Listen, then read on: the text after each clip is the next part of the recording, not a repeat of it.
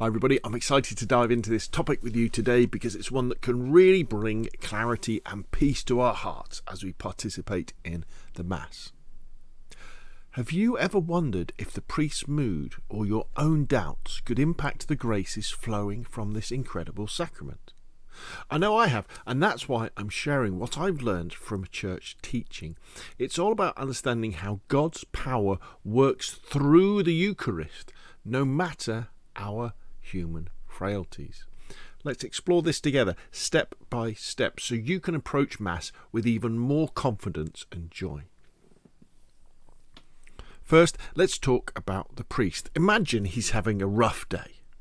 Maybe he's tired, stressed, or just not feeling his best. Does that mean the Mass he celebrates is somehow less effective? The good news is no. The graces from the Eucharist come from Christ himself, not from the priest's personal state. This is rooted in the teaching that sacraments work by the power of God, independent of the minister's mood or even his personal holiness, as long as the rite is performed correctly with the right intention.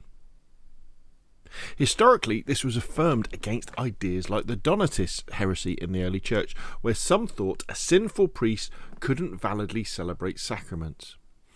But the church teaches that God's action isn't limited by human weakness.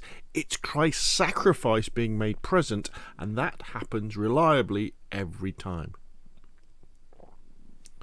So, if the priest is distracted or down, the Mass is still fully valid, and the graces are there for us.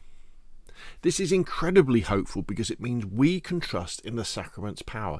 It's not fragile or dependent on perfect humans. Instead, it's a steady source of divine life, inviting us to receive it with open hearts. Think about it. God uses imperfect people to deliver his perfect gifts, just like he did with the apostles who had their own doubts and flaws. Now, shifting to us as worshippers, what if you're having doubts about God or your faith feels shaky? Does that block the graces?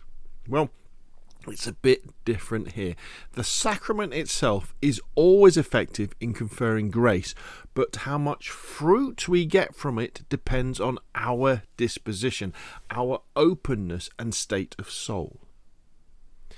If we're in a state of serious sin, for example, we shouldn't receive until we've reconciled through confession, because that would hinder the full union with Christ. But for doubts, they're common, even among saints like Mother Teresa, who experience dark nights of the soul.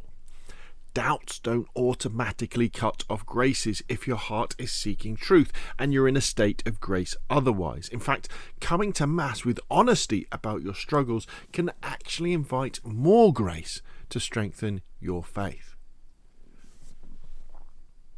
The key is preparation. Examine your conscience, confess if needed, and approach with as much faith and reverence as you can muster.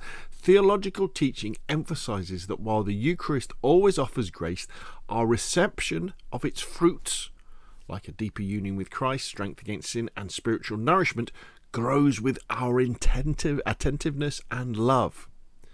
If doubts are weighing you down, that's okay. Use the Mass as a moment to offer them to God.